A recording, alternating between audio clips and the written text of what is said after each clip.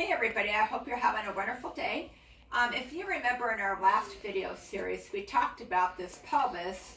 We talked about that there are two patterns that we most commonly work with in our clinic. And if your pelvis isn't in the right position and its orientation, your pelvic floor is not going to be in the right position to support you.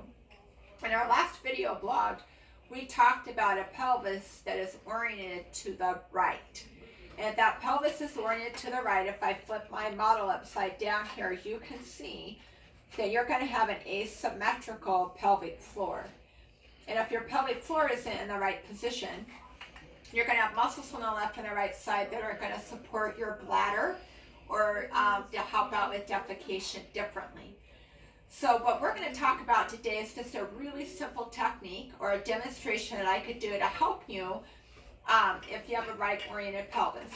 So what I want you guys to do, if you sit in a chair at home, without moving your feet, I want you to pull your right knee back behind your left. And after you pull your right knee back behind your left, you're going to pull your right knee in slightly. And once you pull your right knee in slightly, you should feel your left inner thigh. If you don't, you're going to press your right knee into your right hand. Once you feel your right inner thigh and you have weight on your right butt cheek, I want you to do a Kegel for me, or pretend like you're trying to stop the flow of urine. And I want you to know what that feels like. Because right now I put you in a right-oriented pelvis position. Now we're going to flip it. And I want you to pull your left knee back behind your right knee.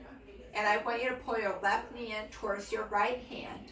And when you do that, you're going to feel your right inner thigh. Some of you may not be able to feel your right inner thigh because I'm still not helping you to get your pelvis quite in the right position. If you get there and you Kegel on your left side, you may find that you don't have the same contraction or may not have the same intensity on the left side that it does the right side. So now what we're going to do is I'm going to teach you a simple technique. This does not treat you. It's just for demonstration purposes only. It's a very common technique that I do with some of my pelvic challenged patients, depending on what they do, but it's a lot more complex than what I'm going to demonstrate today. So Stacy's going to come over here, and I'm going to come over here, and I'm going to lay on my right side. And you can put your feet up against a headboard at home. You're going to be bent at a 90-degree angle, and you're going to round out your back, so you're kind of in a flex position.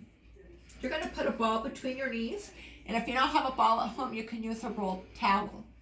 You're going to press your bottom right foot into the wall. You're going to take a gentle breath of air in through your nose, and when you inhale through your nose, you're going to pull your left knee back behind your right, which is the same thing as pulling your left pelvis back. When you exhale, you're going to squeeze the ball with your left knee. Inhale, pull back. Exhale, squeeze. When you exhale, try not to let your left knee get ahead of your right. You should be starting to feel some pressure or your left inner thigh engage. You're going to do this sequence for me for 3 to 5 breaths, always inhaling when you pull back and exhaling as you squeeze. After 3 to 5 breaths, that'll equal 1 repetition.